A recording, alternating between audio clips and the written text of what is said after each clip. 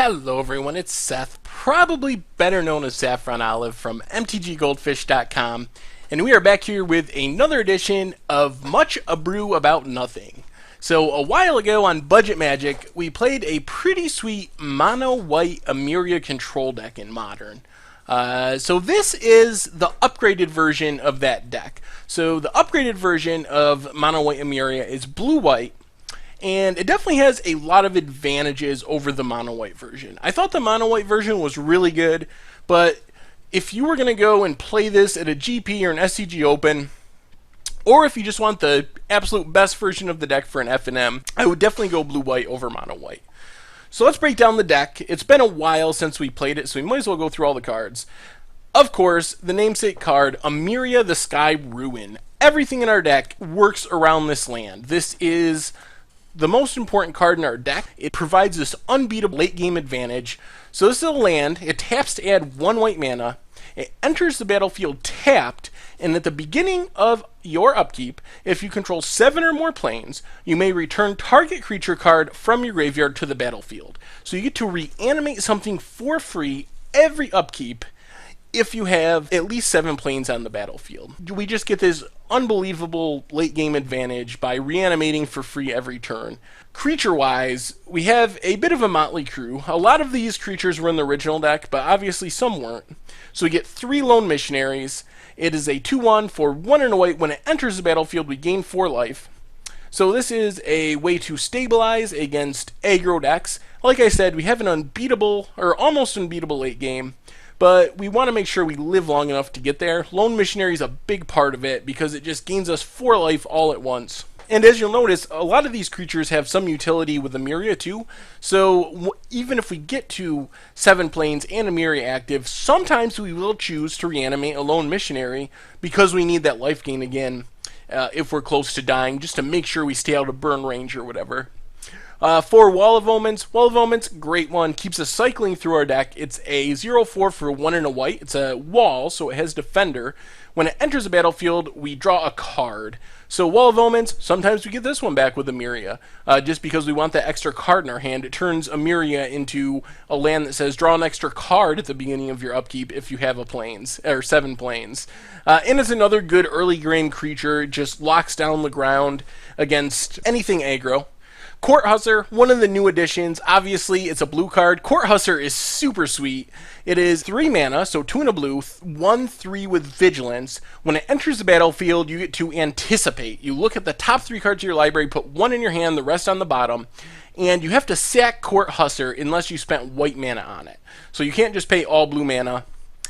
You have to pay white mana or you sack it. The sweet thing about Court Husser is it turns Emeria into an anticipate every turn, because Court Husser will enter the battlefield. Since there wasn't white mana spent, it'll immediately die, but we get the anticipate trigger. Then we can do that again the next turn. It does the same thing with Sun Titan, which is our other big finisher. 6 mana, 6/6 with Vigilance. When it enters the battlefield or attacks, you get to return a permanent with converted mana cost 3 or less from your graveyard to the battlefield. So with a Court Husser in our graveyard, Sun Titan, his ability shifts, and it becomes basically a Dragonlord Ojutai. When Sun Titan enters the battlefield or attacks, we get to anticipate by bringing back the Court Husser. It dies, goes back to the graveyard. We get to look through the top 3, pull out whatever card is most important, and keep doing that every turn. Flicker Wisp does all kinds of crazy things. As you can see, Lone Missionary, Wall of Omens, Court Husser, Pilgrim's Eye, and Sun Titan all have enter the battlefield abilities, and Flicker Wisp lets us reuse those abilities. It's a 3/1 flyer for 3 mana. When it enters the battlefield, you exile another target permanent, and at the next end step, you get to return it to the battlefield under its owner's control. So you can use this on your opponent's creatures or permanents, but most often in this deck, it's a way to play a Wall of Omens on turn 2, and then follow that up by Flicker Wisp, blinking Wall of Omens to draw an extra card on turn 3, or to blink a Pilgrim's Eye to get another land, or a Court Husser, but remember, it will sacrifice when it comes back in, because flickering doesn't include white mana, or to gain more life with Lone Missionary, or the sweetest one is Sun Titan. So if we have a Flicker Wisp in the graveyard, we can play a Sun Titan, get back the Flicker Wisp, because it's converted mana cost 3 or less, the Flicker Wisp comes in, and it can flicker the Sun Titan, so it exiles it. At the end step, Sun Titan comes back in, gets another thing back from our graveyard. In some cases, another Flicker Wisp with exiles the Sun Titan again, so you just generate this immense value with Sun Titan and Flicker Wisp combined. Finally, Pilgrim's Eye, 1/1 for 3 mana. It has flying. When it enters the battlefield, search your library for a basic land, put it in your hand, and shuffle your library. So this is mostly there to make sure we have the mana necessary to get to Emeria. We really want to hit our land drops all the way up to 8. Get an Emeria, get 7 planes, and have that engine going as quickly as possible. Pilgrim's Eye, make sure that's smooth. And one final note, as you can see, every single one of these creatures converted mana cost 3 or less, except for Sun Titan, obviously. So they all can be reanimated by Sun Titan when it enters the battlefield or attacks. So it's not a powerful group of creatures, but it's extremely synergistic, works well with Sun Titan, works well with Emeria, and they create these weird little incremental advantages that are really hard for an opponent to overcome. Spell-wise, we have 4 Path to Exile, pretty basic. Exiles a creature, gets the creature's controller gets to search for a land. Only thing to really say about Path, obviously it's mostly here as a removal spell to deal with our opponent's creatures. But it can also get us that planes that we need to turn on Emeria. So we have definitely many times before cast a Path to Exile on our Pilgrim's Eye, on our Wall of Omens, to get that extra planes that we need to really get the ball rolling. Aether Spellbomb is a very underrated card. 1 mana, artifact. You can pay a blue, sack it, and bounce a creature. Return that creature to its owner's hand. Or you can pay 1, sack it, and draw a card. So it cycles for 2 mana, or it's a 1 in a blue bounce spell. The really cool thing about Aether Spellbomb, and the reason Aether Spellbomb's in the deck is it's sweet with Sun Titan. It's another card that you can get back with Sun Titan to draw an additional card. Kind of like the Court Hussar was. It just is more incremental card advantage. The really sweet thing about Aether Spellbomb is, though, you can play it on turn 1, let it sit on the battlefield, and it basically says, Twin cannot combo off.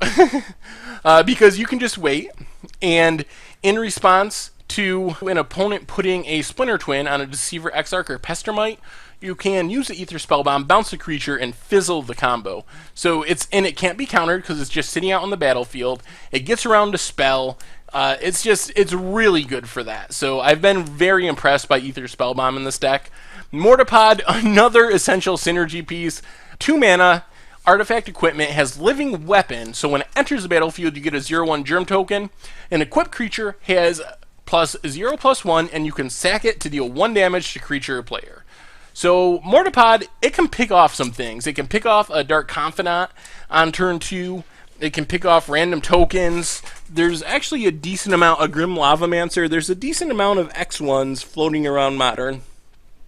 But the real beauty of Mortipod is that it is a way in the late game to make sure we have a creature in our graveyard for Emeria. So sometimes, as you'll notice, we don't really have a way to fill our graveyard. Like, the only way creatures get in our graveyard is when they die. So Mortipod is a way to kill our own creatures, get a little bit of advantage while it's going, and be able to reanimate those and take advantage of their enter the battlefield trigger with Emeria in the late game.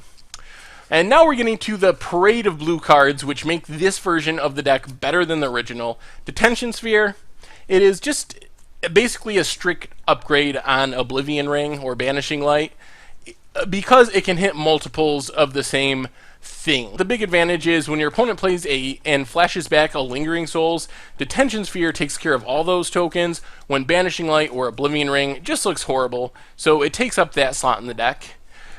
2 negates in the main deck. This deals with whatever random non-creature spells we might be having trouble with. Any planeswalkers that might be coming down, helps us randomly win a counter war.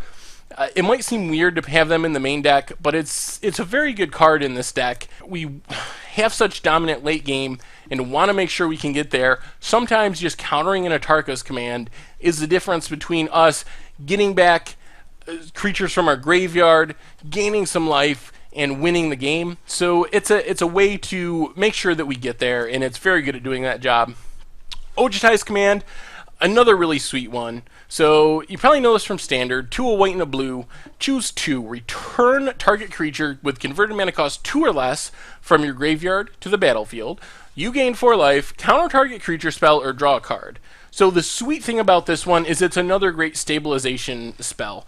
We can use it to get back a lone missionary and use the gain 4 life spell, and that's an 8 life swing at instant speed. We can use it to get back a Wall of Omens, give us a blocker, and use the draw a card option, and we draw 2 cards and get a blocker out of the deal. At the worst case, we can just cycle it, gain 4 life, and draw a card. It does a lot of really good things in this deck, and it takes care of whatever problematic late game creatures our opponents might play. Supreme Verdict, pretty simple. Can't be countered, destroy all creatures. The sweet thing about Supreme Verdict in this deck is, as I mentioned before, sometimes we want our creatures to die, so while it might seem bad to kill a couple of our opponent's creatures, kill 2 or 3 of our creatures, we know that we'll be able to get them back with Emeria sooner or later, so our creatures dying isn't the worst thing, so we kind of break the symmetry of Supreme Verdict a little bit, and it's another way, like I've been saying a million times, to make sure we stay alive while we grind out this incremental advantage and get to our Emeria engine. The rest of the deck, so the mana base, 4 Emerias, we talked about those, 3 Flooded Strands, 4 Hallowed Fountains, 2 Islands, a Mistfall Plains, and 5 Plains. Actually, I think I made a mistake on the deck list. The Mistfall Plains now is actually a Prairie Stream. I brought in a single one of the soul lands, and I must have not updated the deck list, but so that is actually a Prairie Stream now. The one land that's really worth mentioning is Ghost Quarter. We do randomly win some games by Ghost Quarter locking people with Sun Titan. Ghost Quarter, you can sack it to destroy a land, but the land's controller gets to search their library for a basic land and put it into play. Eventually, you can run people out of basics by using Ghost Quarter plus Sun Titan, and maybe Flicker Wisp flickering Sun Titan, or Emeria getting back Sun Titan, and eventually just wear your opponent's mana base down, because a lot of modern decks don't play that many basics. They might play 3 or 4 basic lands, so it doesn't take that many Ghost Quarter activations, especially combined with Path to Exile, maybe getting a couple more basics out of the deck that our opponent won't have anything left to search for, and then it becomes one of the most broken lands of all time. Just Strip Mine is super insane. So in the late game, that's another way we can win the game, is just by completely eliminating our opponent's mana. Sideboard-wise, 4 Dispels to win a counter battle. 2 Celestial Flares is a pretty sweet one. This card has really grown on me. It's a way to deal with Infect or Hexproof creatures. It's so good against Boggles, so good against Infect, because those decks either have creatures that aren't targetable or have things like Vines of the Vastwood that can make it so you can't target their creatures, but Celestial Flare just gets around that. A single Disenchant to destroy artifacts and enchantments. That is good against Rest in Peace, is something that's pretty annoying for the deck. We can win without the graveyard, but the graveyard is a big piece of our deck, so getting rid of a Rest in Peace is pretty beneficial. Couple core Firewalkers, more ways to stabilize against aggro burn decks. An additional Detention Sphere deals with planeswalkers or artifacts and enchantments that are problematic.